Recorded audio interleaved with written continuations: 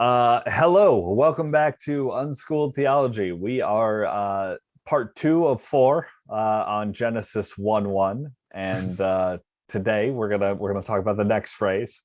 Last time we focused on in the beginning and the element of the introduction of time and God being outside of time, and now we're gonna highlight the next part, which is God created. And so we see here in this opening sentence of the Bible, the primary protagonist, if you will, of the story of the Bible. The main character in the story of all creation is God. And the first act of God here is to create. So we talked about this in a previous episode where we talked about the element of Jason Bourne and the introduction of a character, right? And how you see that character first, that being important as to who the character is. And so just to hit on that again real quick, we are introduced to God here as creator. And so for me, I tend to see God as creator first. And it's interesting because God is introduced here as the source of all creation. And this is important. I think the idea of it being placed here very early on, second phrase here in our opening sentence, it's important because it solves the naturalist riddle. You know, we do have a lot of naturalist thinkers out there in the atheist community, and they run into a problem in the end. Now, the extent to which they all care about this problem, some don't care about it at all, some it means nothing to them, some it's sort of a problem. But they run into this issue. Terence McKenna, in I believe it was a TED Talk once, I think he said this best. He said that modern science is based on the principle, give us one free miracle and we'll explain the rest. The one free miracle is the appearance of all the mass and energy in the universe and all the laws that govern it in a single instance from nothing. So that is quite a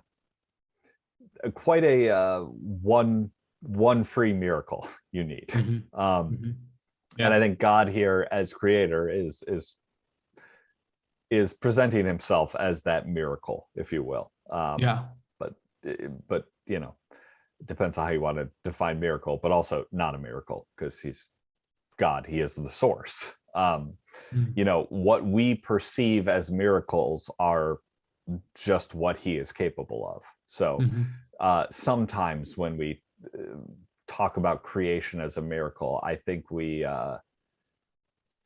in ways we sort of diminish who God is when we talk about it that way. Miracles to us seem like things outside of the ordinary, you know, and for God, this is like ordinary. This is what he does, you know, he creates.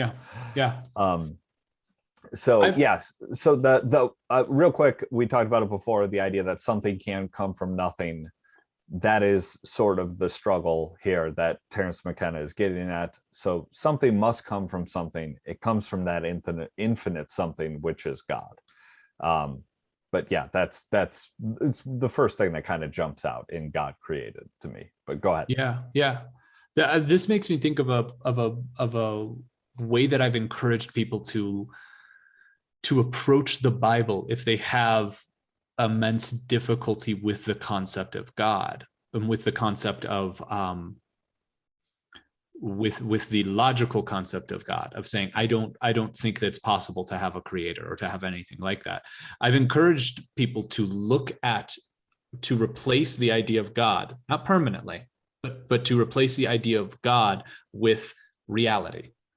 And to say that, let's say that this is talking about reality, and to initiate God as being the creator of all things. Okay, so in that essence, God is the thing that is the origin of all that we experience and understand and can see and can know and can touch and can feel.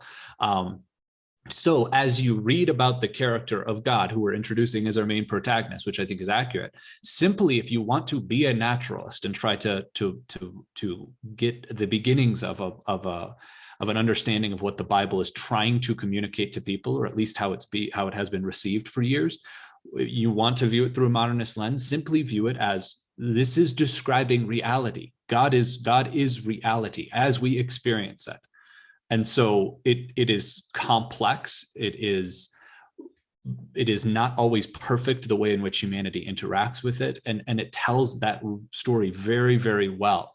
So I think if you read it from that lens, you can begin to at least get a foothold at understanding what the Bible is communicating, which is the point at which potentially it becomes a backdoor into faith.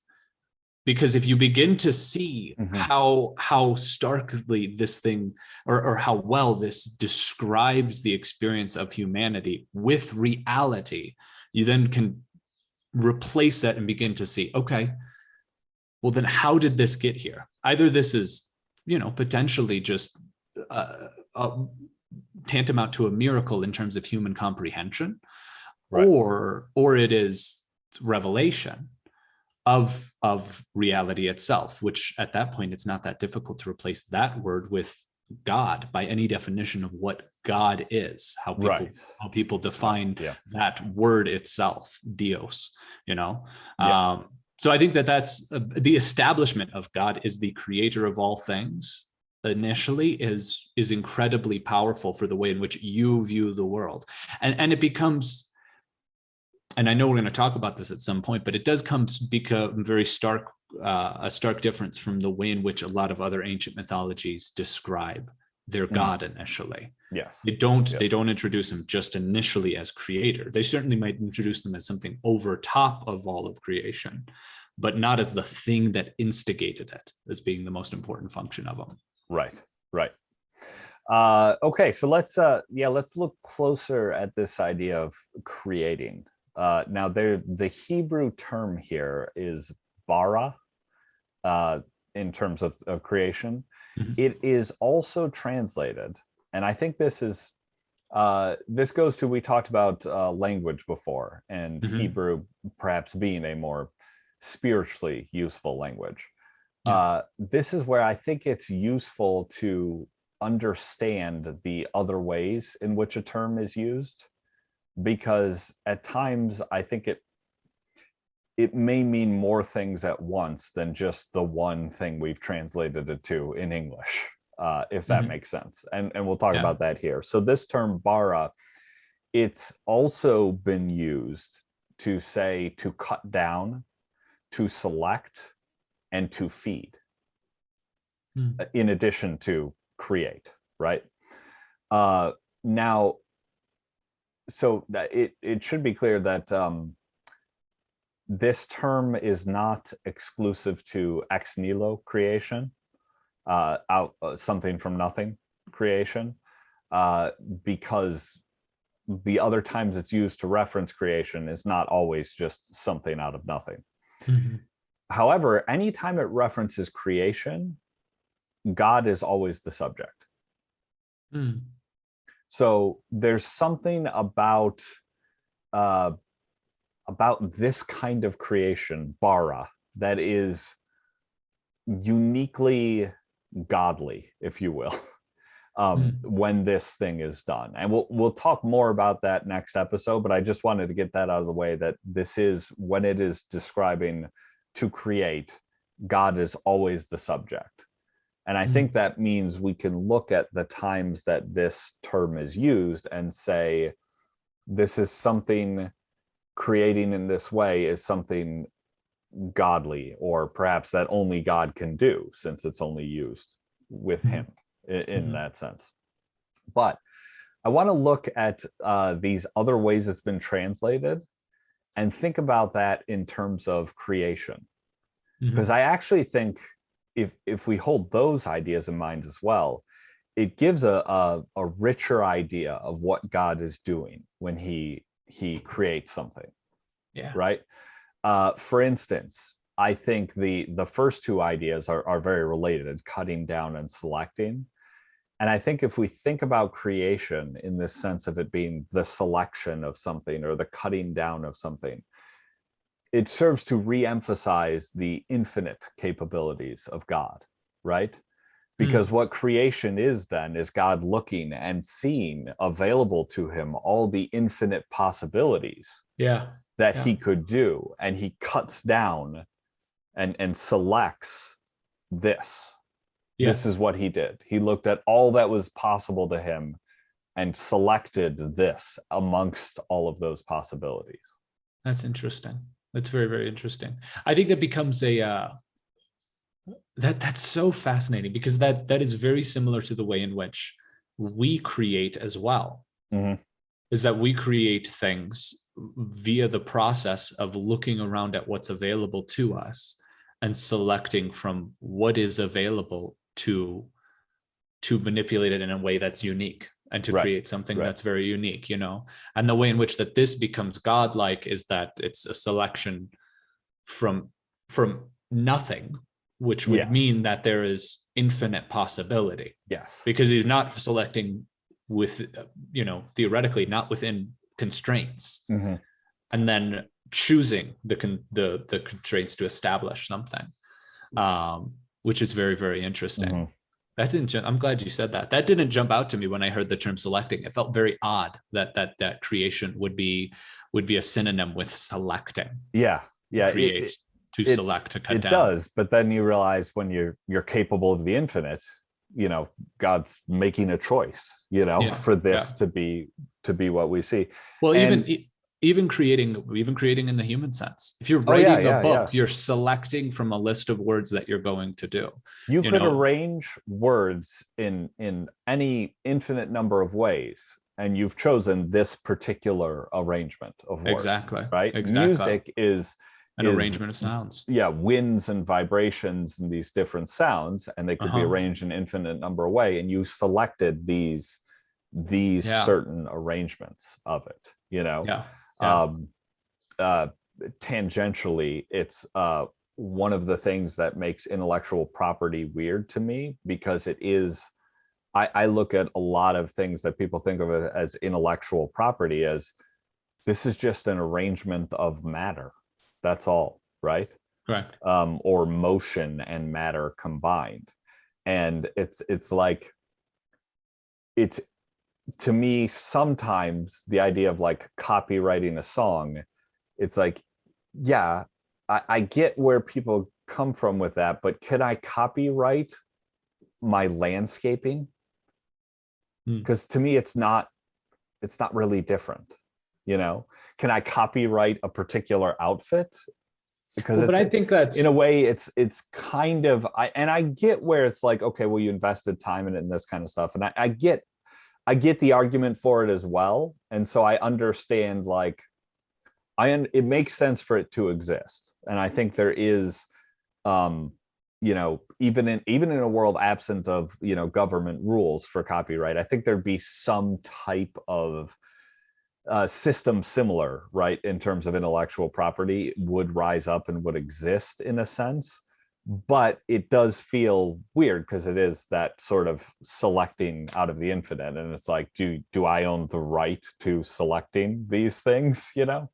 But that feels a little bit like a material argument. Whereas I think the argument for copyright is a functional argument. I agree, which is trying to get at the deeper spiritual question. And, you know, and I agree. There is but a part of me always says, if, say I've written a fiction book, right? To me, that book is like,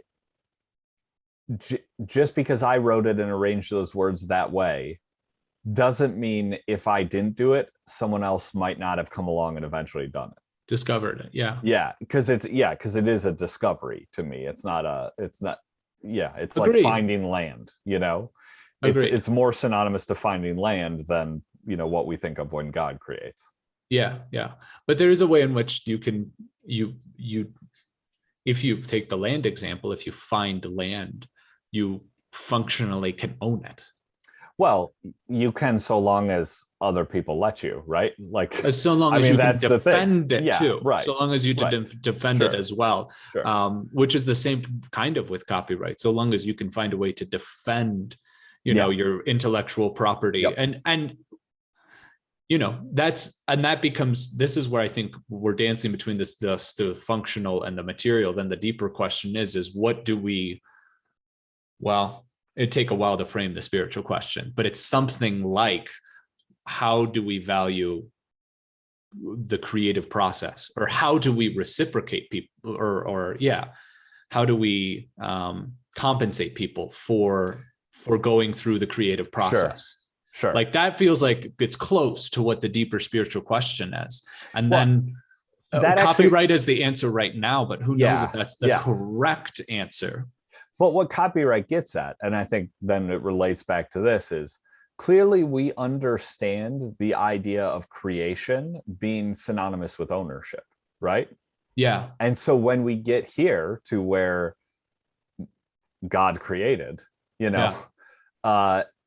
this establishes God's ownership, God's sovereignty over all of creation is established here because he did the creating, and he allows us to participate in it and make use of it in various ways and whatnot, but it is his, and that's something. When we create things, we have a sense of ownership, and I think we are instilled with that sense of ownership so that we might better understand that all creation is under God's ownership.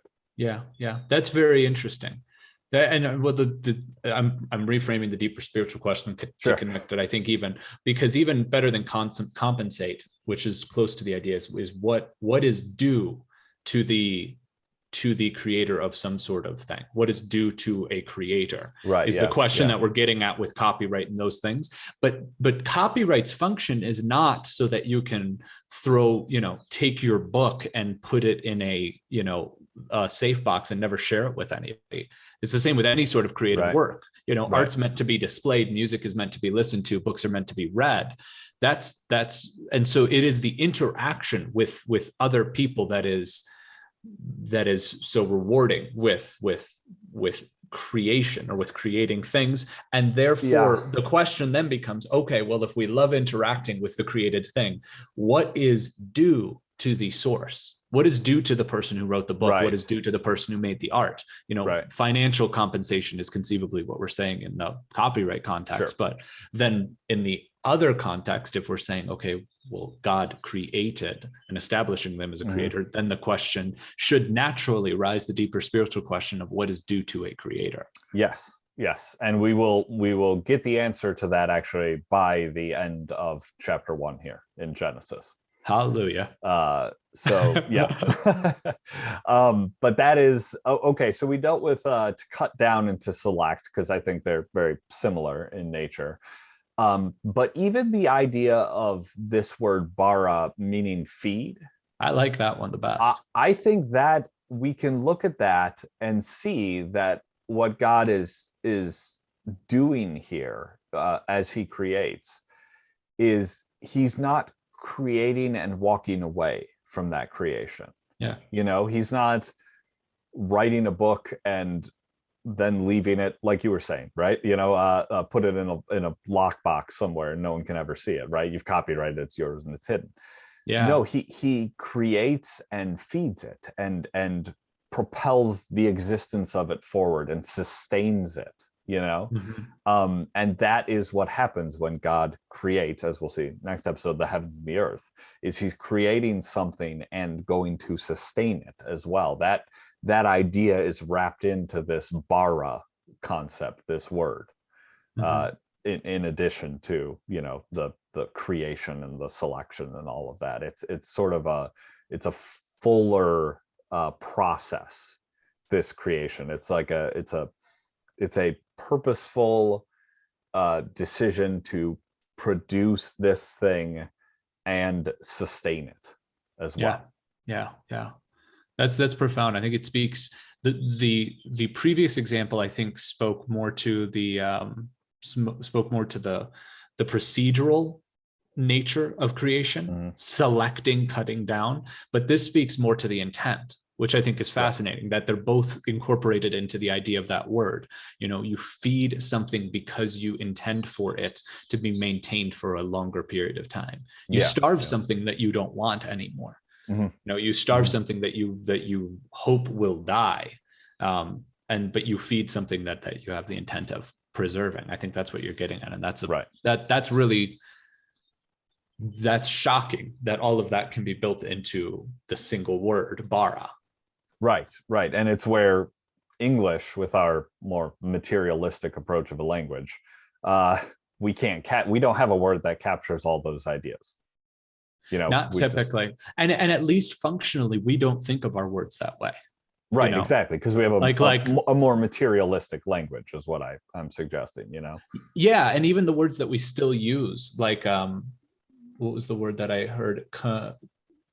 Confuse, I think, was the word that I heard recently. And if you really break the word down, it means to fuse two things together that are not the same. That's to confuse things. Mm-hmm. And that's way more profound than just how we say, oh, I'm feeling confused. Well, it's like, no, you just mean that you don't understand something. The word confuse is far deeper than that. And I think that we just don't perceive our language the way in which it potentially even has depth like that. Which is, you know, that's why looking closely at words and taking time to break down sentences into such small bits can actually be incredibly fruitful. Yes.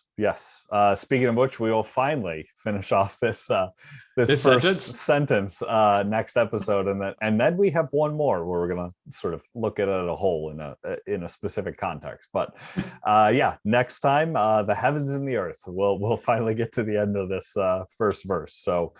Be sure to subscribe and make sure you're able to get a hold of that one, and send us any questions or thoughts and put them in the comments, or hit us up unschooledtheology@protonmail.com, and we'll see you soon.